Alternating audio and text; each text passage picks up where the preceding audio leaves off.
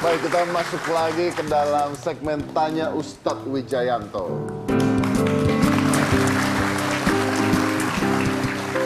Kita mau bicara tentang gaya bercanda yang berlebihan. Iya. Kadang-kadang menusuk hati gitu. Kayak Ustadz kalau bercanda suka ngatain saya tuh saya dendam sebenarnya. Iya. Jadi selama ini saya menutup rasa dendam tersebut. Iya. Tapi memang itu pola komunikasi dan kadang-kadang yang saya omongkan itu benar dan kadang-kadang kenyataan itu pahit dirasakan. Jadi mohon maaf. Tapi saya senang karena banyak hal yang banyak diuntungkan dengan. Apanya diuntungkan? Orang saya yang dihina kok. Tapi kan nambah rating. Oh iya. Gini, ya. Iya. Oke. Iya. Ustadz, kemarin lusa kalau nggak salah itu baru saja beredar surat edaran dari KPI Iya. ke direktur-direktur programming industri pertelevisian Iya. yang menyatakan bahwa mereka tidak menyetujui lagi, tidak membolehkan dan akan dikenakan sanksi bagi siapapun yang bercanda, bukan hanya bercanda tapi pria yang berperilaku kewanita-wanitaan, termasuk make up, gaya bicara dan sebagainya. Nah, gimana menurut Ustadz? Soalnya ada 4 teori pendekatan teoritis mengenai kenapa laki kewanitaan, wanita dan kelaki-lakian. Satu dari kesehatan. Dari segi DNA sebetulnya semua orang itu terlahir pasti ada yang dominan. Kalaulah dia ada kelainan sebetulnya bisa disembuhkan, bisa diterapi. Ini yang pertama. Yang kedua dari psikis. Sesungguhnya tidak ada orang yang terlahir menjadi lesbi, tidak ada orang terlahir menjadi homo. Yang kemarin saya katakan, kalau sesama wanita, laki-laki disebut homo, kalau sesama wanita disebut lesbi, kalau laki dan wanita hobi. Homo, lesbi jadi hobi. Gitu. Bagi yang punya pasangan, kalau yang belum punya mudah-mudahan segera dapat. Karena ada yang sudah punya pasangan tapi lepas lagi. Mudah-mudahan terjadi. Daripada punya alat nggak ada manfaat, kasihan. Kok pandangannya? Enggak, saya lihat anu. Gitu ya. Okay. Dan yang ketiga adalah dari pandangan yang bersifat sosial. Karena ada yang itu menjadi lifestyle. Ini yang jadi masalah. Contoh Kalau lifestyle. Lifestyle itu hanya karena tuntutan profesi, hanya tuntutan karena interaksi, sehingga laki-laki yang kewanitaan, wanita yang kelaki-lakian itu betul. Itu menjadi penyakit, menjadi patologi sosial. Dan itu yang harus diatur dalam satu peraturan. Jangankan itu, dulu di zaman Orde Baru, lagu-lagu yang melo, lagu-lagu yang melankolis saja itu sempat dapat larangan dari Menteri Penerangan karena tidak memberi semangat yang baik.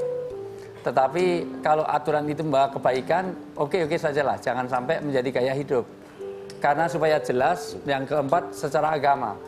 Agama melarang orang yang tarrojul. Tarrojul itu wanita yang kelaki-lakian, laki-laki yang kewanitaan. Kalau laki ya laki, wanita-wanita, sehingga ke toilet jelas. Ini toilet laki, toilet perempuan. Bayangkan kalau ada nggak laki, nggak perempuan, terus masuknya toilet mana coba? Apa separuh di sana, separuh ke sini kan nggak bisa. Dan kalau mati jelas, ini almarhum, ini almarhumah. Kalau di tengah-tengah, aluminium. Ya, itu yang jelas, itu banci apa panci, itu nggak jelas itu. Panci. Ini maka aturan dibuat tentu untuk kemaslahatan bersama. Saya tidak mau, sekali lagi tidak ingin memojokkan orang yang punya perilaku, tetapi ketika dia mempropagandakan itu yang jadi masalah. Yang harus kita propaganda adalah hubungan normal. Karena bagaimana juga sejenis juga tidak ada regenerasi. Masa laki sama laki, masa anggar, kan yang bagus juga. Masa perempuan dengan perempuan, mana ada keturunan. Karena manusia perlu ada regenerasi. Dan itu adalah perilaku menyimpang yang tidak ada satupun agama yang mengakomodir dan membolehkannya. Oke, tapi kalau di TV nih misalnya hal tersebut kan sudah sering ya, bercanda-bercanda seperti itu. Emang apa dampak sosialnya? Dampak sosialnya adalah karena sesuatu di role model, setiap orang itu punya kecenderungan asas keterpengaruhan. Boleh saya coba, tolong 2 kamera, semuanya lihat saya. Semua lihat saya. dan ikuti perintah saya. Ikuti perintah saya. Coba tangan kanan diangkat, semuanya diangkat, gerakkan. Lebih kencang lagi, semua lihat saya, ikuti perintah saya. Agak condong dikit, tegakkan. Saya ajari tari sufi. Nanti kalau Anda ke Jordan, ke Mesir, ke Dubai ada tari sufi, orang muter beratus kali nggak jatuh karena kekuatan Tuhan dalam diri Anda. Lebih kencang lagi. Ini tidak hanya Deddy Corbuzier yang magician, saya bisa juga. Lebih kencang lagi. Semua lihat saya, ikuti perintah saya. Pegang dagu.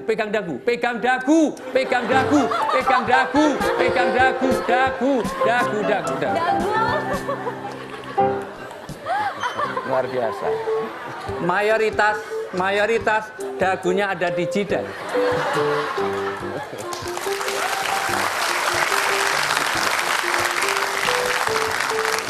Saya sampai ada yang 3 kali turun, tapi yang di belakang 6 kali tadi.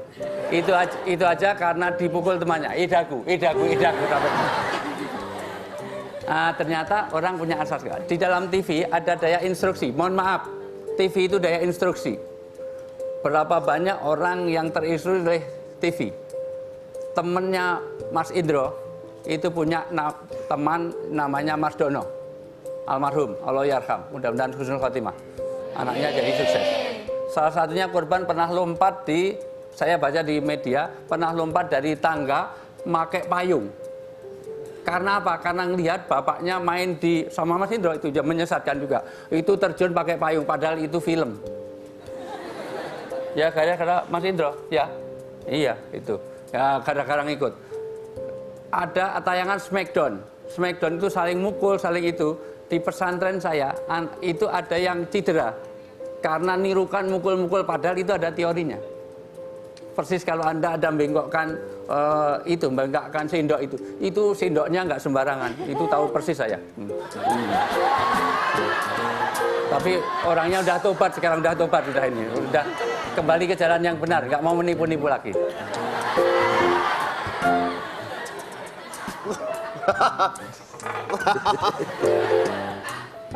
Begitu saya coba dengan besi yang lain nggak bisa belokkan.